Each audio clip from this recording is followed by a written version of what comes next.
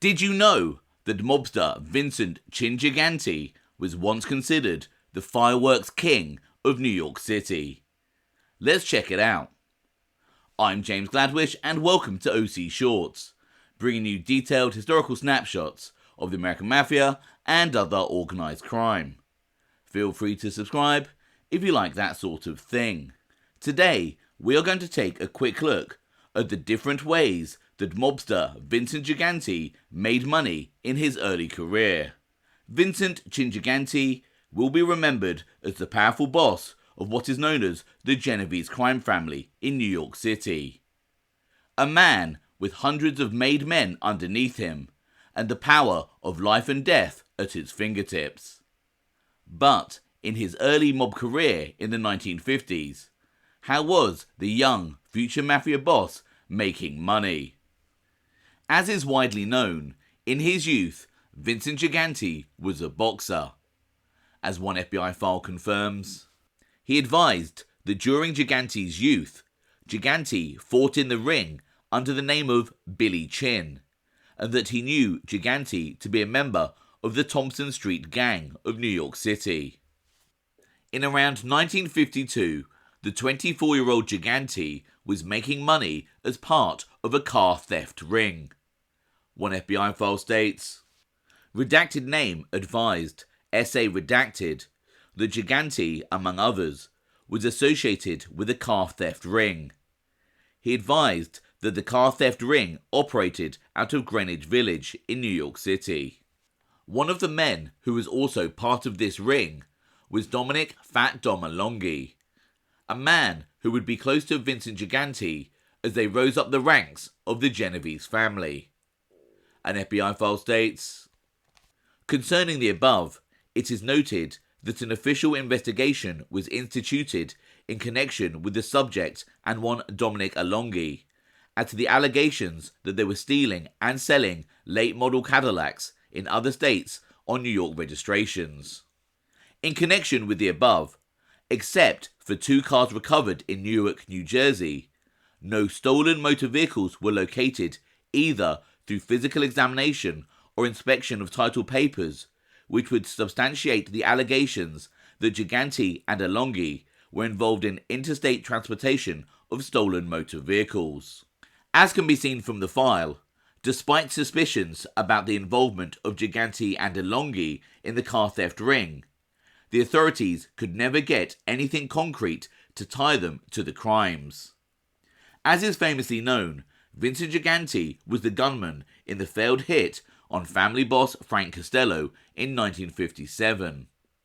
And, according to an FBI file, in December that year, Gigante was also earning money through running an after-hours club in Manhattan.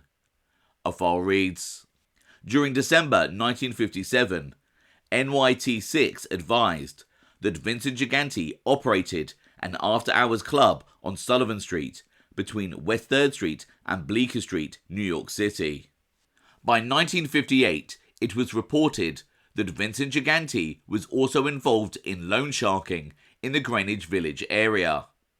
Gigante's FBI file states, on March 18, 1958, NYT3 advised that Vincent and redacted name were operating as Shylocks in Greenwich Village, New York City. NYT3 stated that Vincent Gigante was made a button man in the New York City Italian underworld sometime in 1957. On October 20, 1958, NYT8 advised that Vincent Gigante was a close associate of Vito Genovese and had been attempting to move into the Lower East Side of New York City to operate a Shylock business in the locality. And that same year, Vincent Gigante was alleged to have been involved in truck hijacking. The following FBI file indicates that Gigante may well have been the senior figure in this operation, as he personally bought a warehouse for the stolen trucks and the goods within them. Gigante's FBI file states, on October 30, 1958, NYT9 advised that he had received information that Gigante had bought a warehouse in North Bergen, New Jersey, to use as a truck drop to hide trucks stolen for their loads.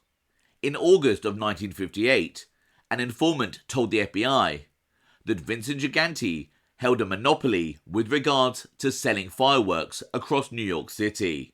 If this is true, then out of all of the 5 New York crime families, it meant that no other mobsters were able to get a foothold in the fireworks market.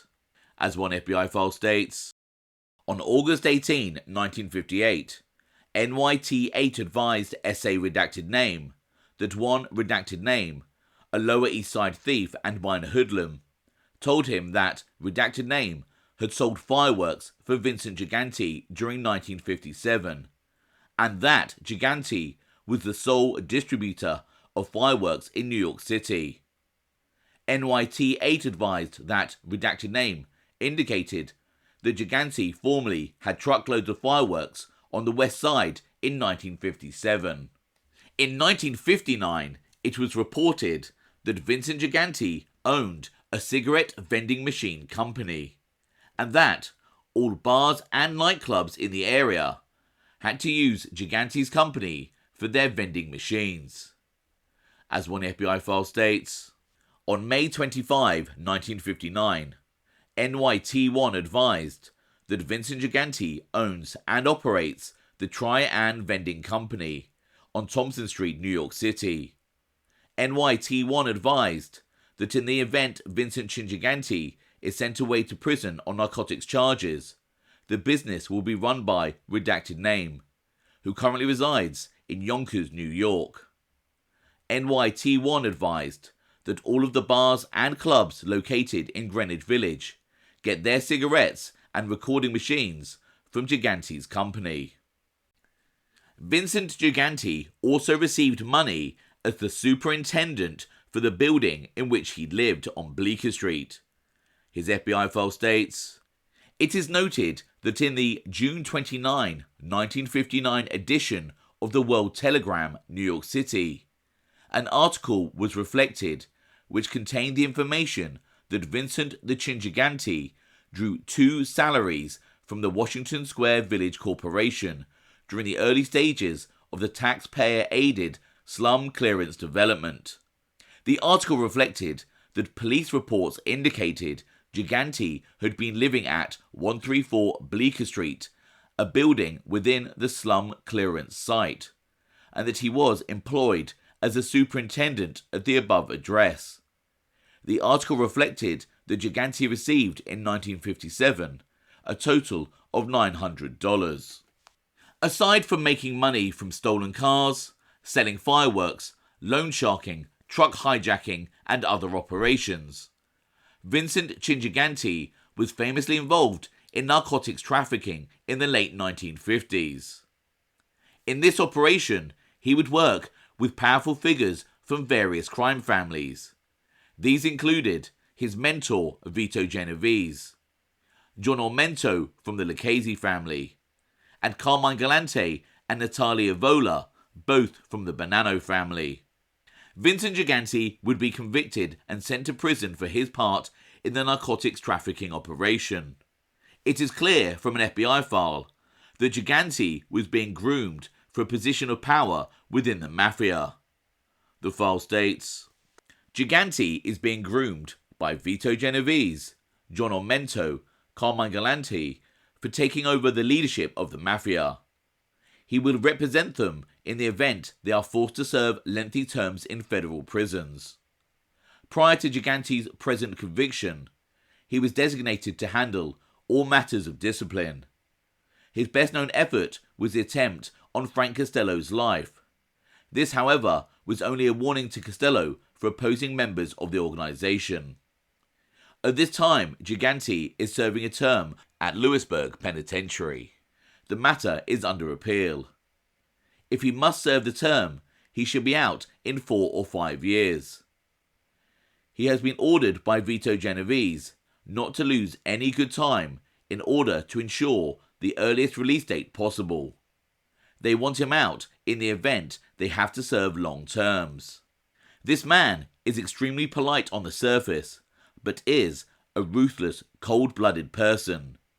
He has no compunction against killing or mutilating anyone when ordered to do so.